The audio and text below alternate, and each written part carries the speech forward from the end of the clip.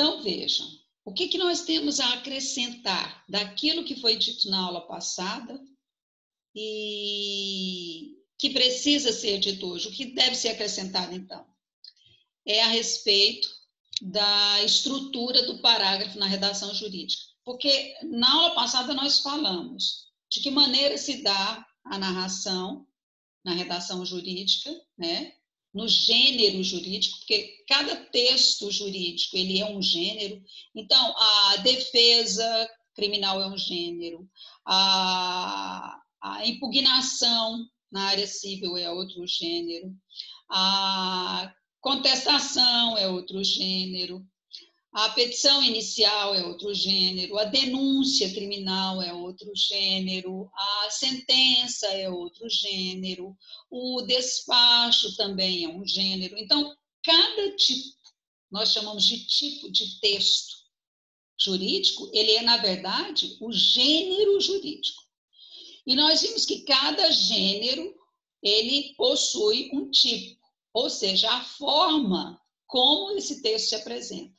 E nós vimos que são 4 as formas, né? Então, nós temos o texto narrativo, descritivo, dissertativo e injuntivo. Na redação jurídica, esses textos, assim como em qualquer outro tipo de redação, eles seguem a estrutura que nós chamamos de estrutura tridimensional, de 3 dimensões. Ele tem a introdução, o desenvolvimento e a conclusão. Nós vimos que no gênero jurídico, o texto narrativo, ele é um texto que vai narrar um fato que mexe com o direito de alguém, que busca o direito de alguém, um fato que feriu o direito de alguém, ou um fato que constitui crime. Enfim, o que o texto narrativo, a história, o enredo que o texto narrativo conta, ele é um fato jurídico. E ele envolve pessoas, que são os personagens que recebem nomes específicos, requerente, requerido, réu, autor, acusado,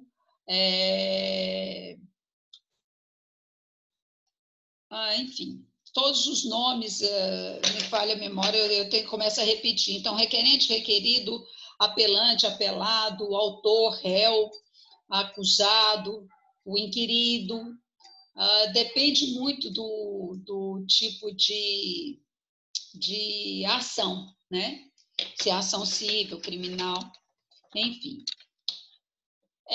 Além desses personagens, o tempo e o lugar no texto narrativo de gênero jurídico, ele é extremamente importante. Por quê? Porque isso pode definir direitos, né? Pode definir o fato jurídico que deu origem àquela ação. Nós vimos que o texto descritivo, ele está dentro do texto narrativo, na redação jurídica. Porque ao descrever ao narrar um fato, o operador do direito deve, em alguns momentos, dependendo da situação, descrever algum objeto, algum lugar, alguma pessoa, né? Até dei para vocês o exemplo de um crime de homicídio. Onde aconteceu um crime de homicídio, a descrição do local, ela vai se dar dentro da narrativa. No momento em que se narra o fato acontecendo, descreve o local, descreve o objeto, né? E o tempo em que isso aconteceu também é importantíssimo, né? Importantíssimo para saber se aquela pessoa faleceu naquele momento, se ela demorou a falecer, enfim. Tudo contribui em termos de tempo, né?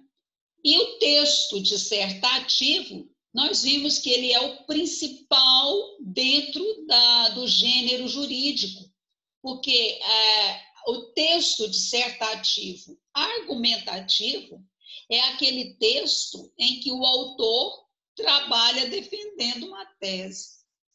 E o operador do direito, o que ele faz é defesa de teses a todo momento em que ele produz um texto jurídico. Então, nós vimos também que o texto injuntivo está presente. Quando?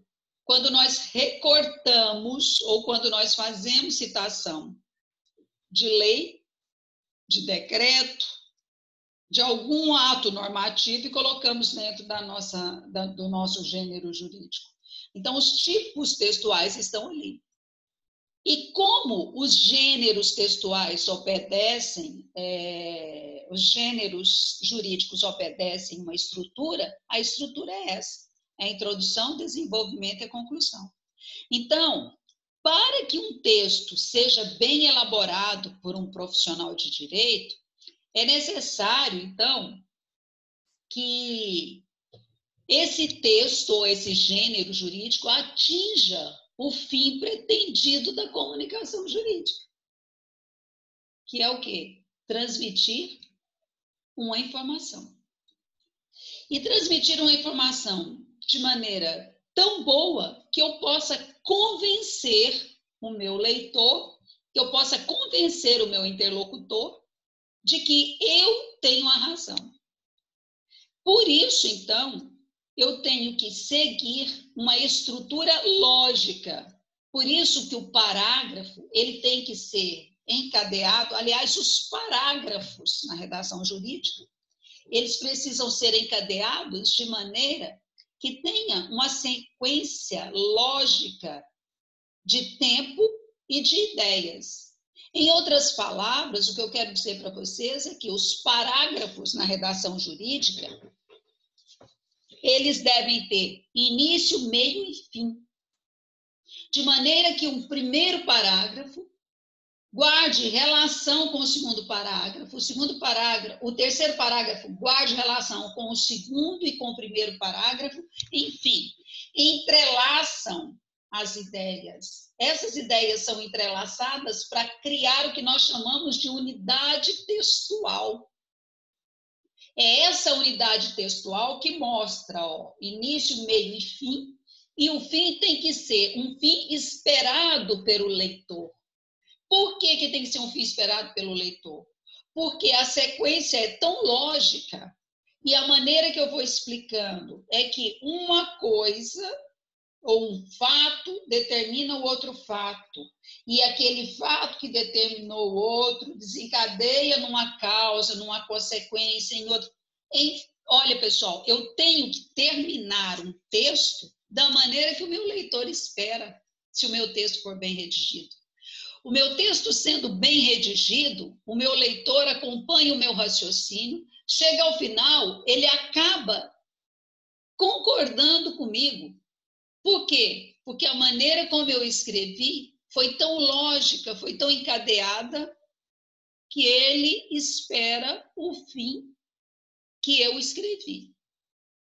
Então, as ideias, elas são entrelaçadas, elas são costuradas. É isso que nós chamamos de texto coeso.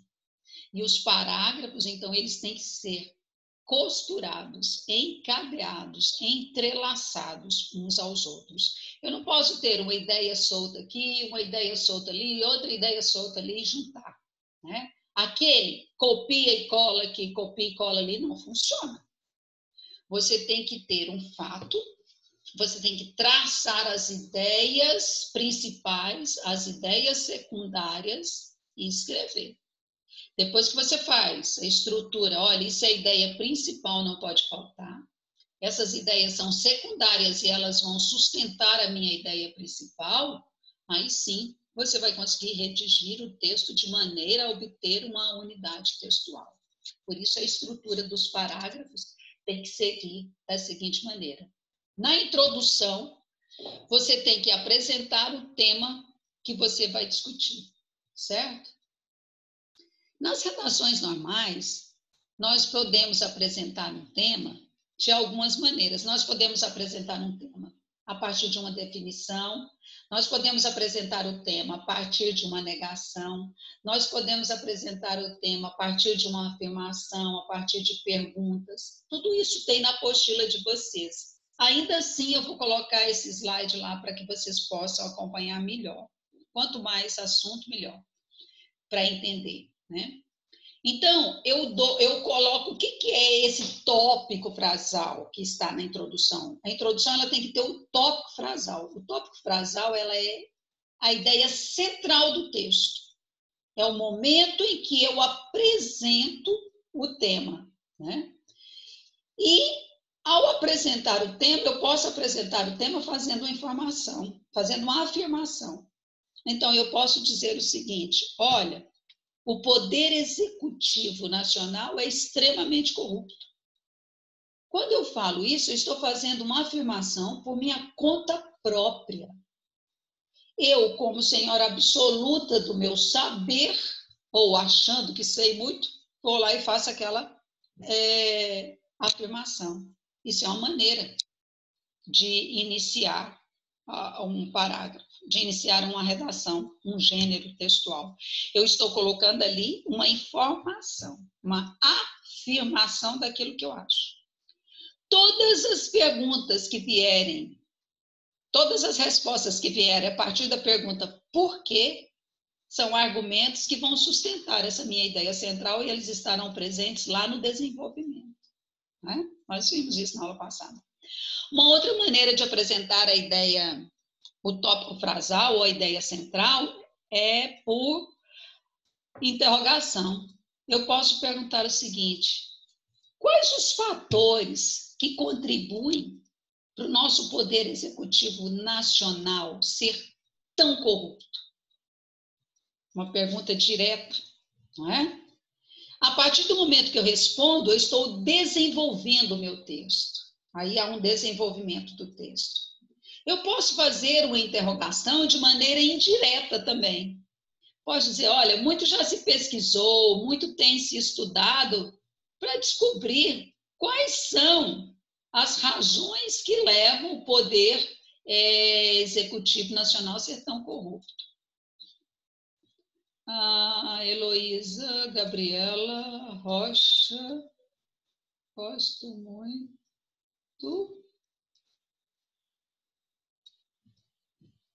Não entendi.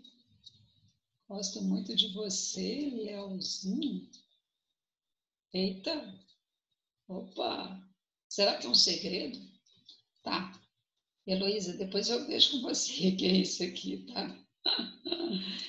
Bom, e tem outras maneiras. Eu me lembro que na aula passada eu dei um exemplo para vocês que dizia assim, ó, mobilidade urbana é o meio pela qual as pessoas se locomovem nos centros urbanos. Ali também é uma maneira de introduzir o tópico frasal, ou seja, é uma maneira de introduzir o tema, é a ideia mais importante. Através de quê? De definição. Então, essas maneiras nós vamos, na prática, pegando. Eu vou depois pedir para vocês fazerem um trabalho bem assim, de acordo com o que está na apostila, sabe? E esse trabalho é o trabalho que vai valer 2 pontos para completar a soma, então, do total de pontos dos trabalhos, que vai somar com a prova. Mas eu quero que vocês entendam disso aqui o seguinte, o tópico frasal, ele é a ideia central do meu texto e ele é apresentado bem na introdução. E é ali que ele delimita o tema, é ali que ele delimita os objetivos da redação do texto que eu vou trabalhar. Além da introdução, onde fica o tópico frasal, eu tenho também o desenvolvimento. O desenvolvimento, como nós vimos, é o lugar onde eu vou apresentar os argumentos que vão sustentar a minha tese. Né? É lá que eu vou trabalhar com argumentos secundários em volta de um argumento principal, porque é sempre assim, ó. Quando eu digo que o Poder Executivo Nacional é extremamente corrupto, eu tenho uma primeira resposta, que é a resposta do primeiro porquê. Por que você fala isso? Quando eu dou essa resposta, todas as outras ideias que vêm sustentando essa resposta, nós chamamos de argumentos secundários. Então, eu tenho sempre um argumento principal e os demais argumentos são os argumentos secundários. Certo? Na aula passada, eu dei um quadro para vocês, o quadro sinóptico, que mostrava ali as estratégias argumentativas. Eu vou repetir aqui daqui a pouco não um quadro, mas repetir essas ideias. Então, você pode fazer isso como? Você pode fazer isso exemplificando, comparando, mostrando a causa e consequência, você pode fazer isso dando exemplos, tá? Agora, uma coisa importante, o texto jurídico, o gênero jurídico, ele requer um português de nível culto, uma linguagem cuidada que se aproxima ao máximo da gramática, e ela deve ser uma linguagem coerente, objetiva e precisa. Para quê? Para que as pessoas possam entender bem os argumentos que eu estou usando para sustentar a minha tese. Então, a linguagem deve ser clara, objetiva, coerente, coesa. Por quê? Porque tem que guardar pertinência, tem que guardar relação entre uma ideia e outra, certo?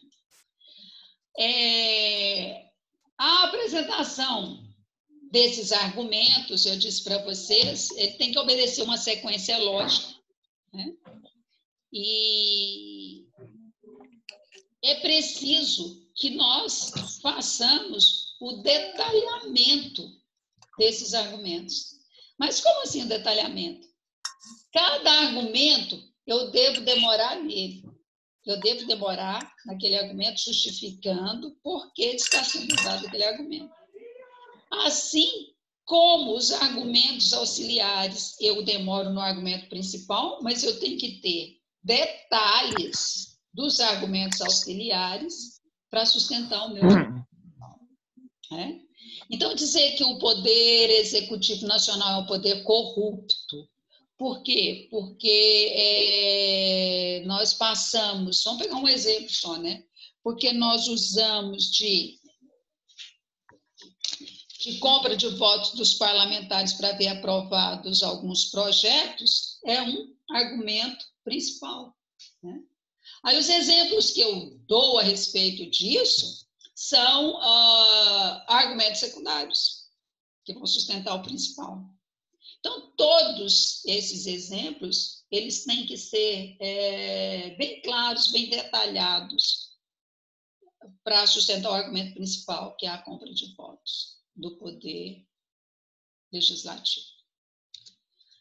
Aqui são as estratégias argumentativas que eu dei para vocês na aula passada, fatos comprovados, exemplos, conhecimentos consensuais, dados estatísticos, pesquisas, né?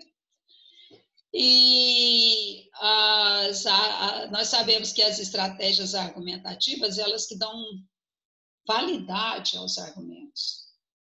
E, por isso, nós podemos lançar mão de alguns recursos linguísticos, né? Alguns recursos linguísticos, eles podem ser usados para chamar a atenção de quem lê ou ouve a nossa tese.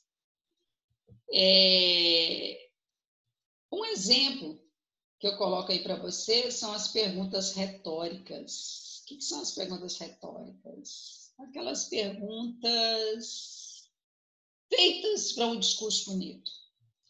Se, por exemplo, no tribunal do júri você vira para o conselho de sentença e fala o seguinte: olha, excelências,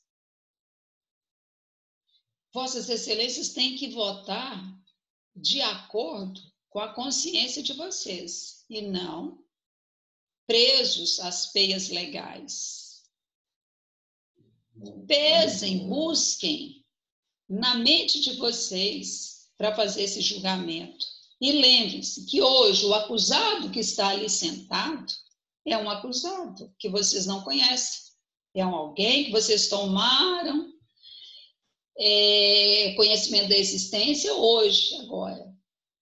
Mas, quem sabe, amanhã não pode estar sentado ali um parente seu, um amigo muito querido, um filho, um irmão, alguém do seio da sua família que esteja passando pelo mesmo problema. Isso é uma pergunta retórica. Por que é uma pergunta retórica? Porque ela vem do discurso que faz a pessoa pensar, vai falar, nossa, mas será, hein? Será? Será que o parente meu estaria ali? É claro, né, gente? Dependendo do crime que a pessoa praticou. Então, as perguntas fazem as pessoas pensarem, essas perguntas retóricas. Ou então vocês podem usar de ironia, né? Um recurso linguístico também. Você vira e fala o seguinte, para pensar como o senhor está pensando, certamente a vítima pegou um revólver e disparou um tiro na sua cabeça ou na sua barriga. Coisa assim que está mais que comprovado que não foi, né? Que tem laudo pericial. Então, nesse caso, você seria irônico. Outra coisa, você pode usar de exclamação, dizer, puxa, que pena, né? Que pena que Vossa Excelência não consegue enxergar as provas que estão nos autos. Então, você usa a exclamação e ainda usa de ironia. Então, esses são recursos linguísticos que é muito difícil você passar em uma aula os recursos possíveis. Por quê? Porque é o tipo de coisa que você aprende no dia a dia, que você aprende na prática. Mas você precisa, nessa aula, tomar conhecimento que eles existem. Certo? Então, são recursos linguísticos. A conclusão é a parte final da estrutura do texto do gênero jurídico e ela retoma a tese inicial, aquele tópico frasal, aquela ideia central lá do texto. Ela vem no desfecho e ela vem assim de forma bem natural, de forma inevitável. Por quê? Porque o pensamento do leitor ele já deve ter sido direcionado pelo autor para que tenha aquele fim. Então, o operador do direito ele tem que direcionar o pensamento do leitor, de forma que, quando chega no final, o leitor não tem surpresa nenhuma, ele já imaginava que era aquilo ali mesmo que seria dito. E mais ainda, deve ser redigido de tal forma que o leitor entenda e concorde com a tese apresentada pelo operador do direito que está produzindo aquele texto. Isso é possível. Isso acontece todos os dias. Certo? Bom, feito isso, então, eu vou trazer para vocês aqui uma outra... aliás, eu acho que nós vamos continuar lá mesmo. Aqui, vamos fazer uma interatividade a respeito desse tema que nós trabalhamos. Veja bem, a dissertação na redação jurídica apresentará os argumentos que o operador do direito achar necessário para o convencimento daquele que está recebendo a mensagem. Sobre o parágrafo dissertativo na redação jurídica, assinale a alternativa correta. Primeiro, a dissertação na redação jurídica apresenta os argumentos que o operador do direito achar necessário para o convencimento daquele que está recebendo a mensagem. Nesse tipo textual, qual tipo? A dissertação. Nesse tipo textual, é possível utilizar a utilização de provas testemunhais, perícias e documentos diversos para comprovar sua tese. Pode-se apresentar com a seguinte estrutura: introdução, desenvolvimento e conclusão. Tá certo isso, pessoal? Quem quer falar? Tá certo? Tá certinho. É esse aí o texto jurídico. Tá absolutamente certo, tá? Texto jurídico é exatamente, o texto dissertativo jurídico é exatamente isso. Ele faz o quê? Ele apresenta os argumentos que são necessários, né, para defender aquela tese, aquele ponto de vista do produtor do texto, e ele traz como argumentos as provas testemunhais, as perícias, todo e qualquer documento que puder ser juntado, que guarde pertinência com o fato. E ele se apresenta em introdução, desenvolvimento e conclusão, certinho. Vamos ver o 2. No desenvolvimento ocorre a apresentação e explanação dos diversos argumentos que suportam a tese, certo? Certo ou errado?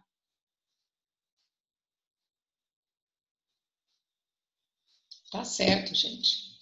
O desenvolvimento ele ocorre é o momento em que os argumentos vão aparecer. E esses argumentos vêm como? Eles vêm através de uma estratégia argumentativa. Então, eles vêm através de exemplo, através de comparação, através de causa e consequência, através de depoimento, através de citação de doutrinadores. Ele vai aparecer conforme o operador do direito achar necessário para mostrar o argumento, para defender o argumento que vai sustentar a tese dele. Então, o número 2 também é correta. Vamos ver a 3.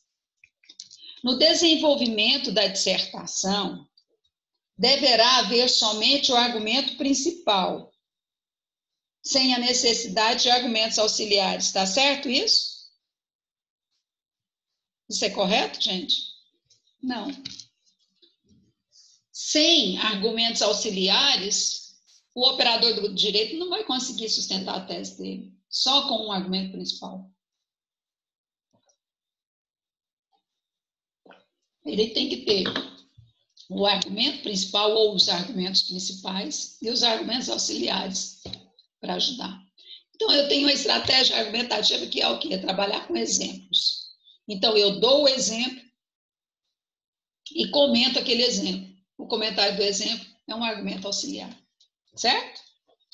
Bom, deixa eu ver uma outra interatividade aqui para nós. Sobre o desenvolvimento do parágrafo jurídico, analise as afirmações abaixo e assinale a alternativa incorreta. O desenvolvimento do parágrafo é a explanação da ideia principal, agregando ideias secundárias. No desenvolvimento, e aí essa é a primeira alternativa, né? Ele está pedindo para marcar a incorreta, ó. Sobre o desenvolvimento do parágrafo, assinale a incorreta. Então, essa primeira, ele diz, o desenvolvimento do parágrafo é a explanação da ideia principal, agregando ideias secundárias, certo? B, o desenvolvimento ocorre com... Não, no desenvolvimento ocorre a apresentação e a explanação dos diversos argumentos que suportam a tese. C. As teses no desenvolvimento do parágrafo podem ser apresentadas através do reconhecimento das causas e consequências do problema, da identificação de seus aspectos positivos e negativos ou da contra-argumentação. Então, as teses no desenvolvimento do parágrafo podem ser apresentadas através do reconhecimento das causas e consequências do problema, da identificação de seus aspectos positivos e negativos ou da contra-argumentação. D. No desenvolvimento, não é necessário a apresentação de argumentos numa sequência lógica. No desenvolvimento, pode haver um foco no argumento justificando a tese ou um foco na tese que ocorre por um determinado argumento. Qual é a alternativa incorreta aí? Qual é a alternativa que nós podemos ter como incorreta? Letra D de doido, isso mesmo. Muito bem.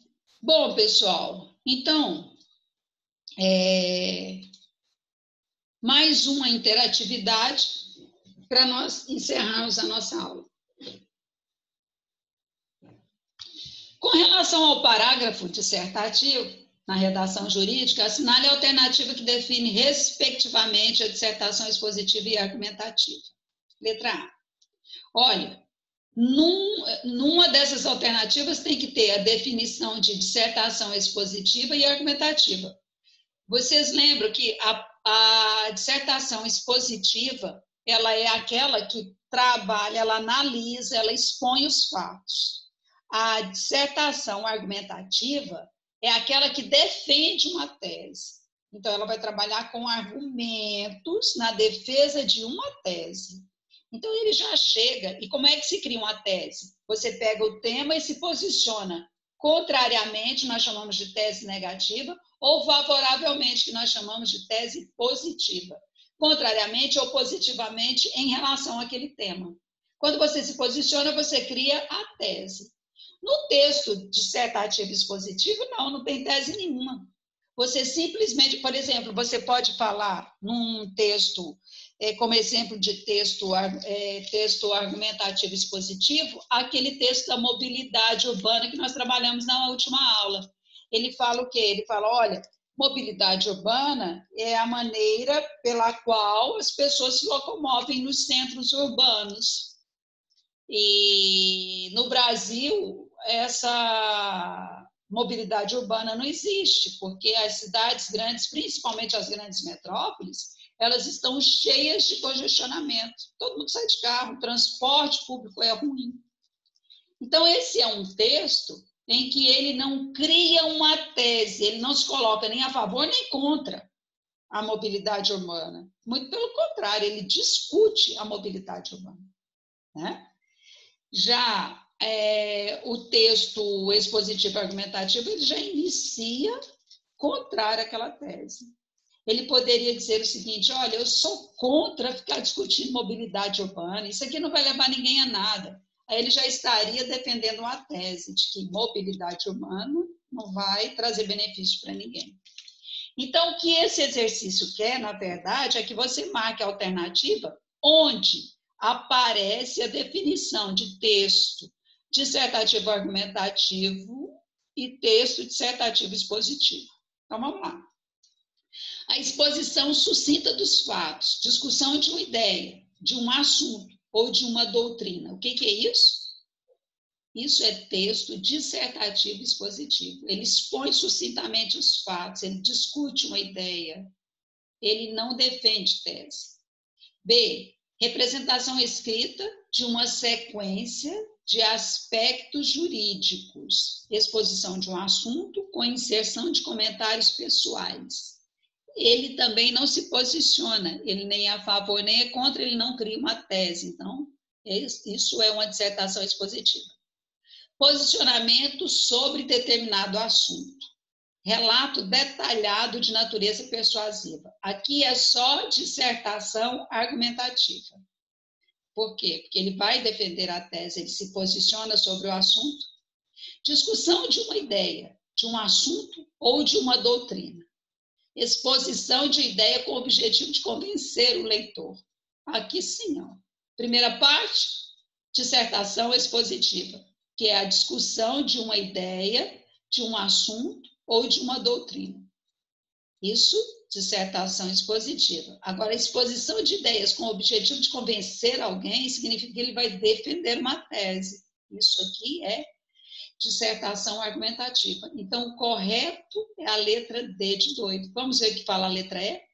Técnica de persuasão necessária no discurso forense, exposição de opiniões de forma clara e objetiva. Isso aqui é o texto dissertativo argumentativo. Certo, pessoal? Bom, então, por hoje é só. Eu espero que tenha contribuído.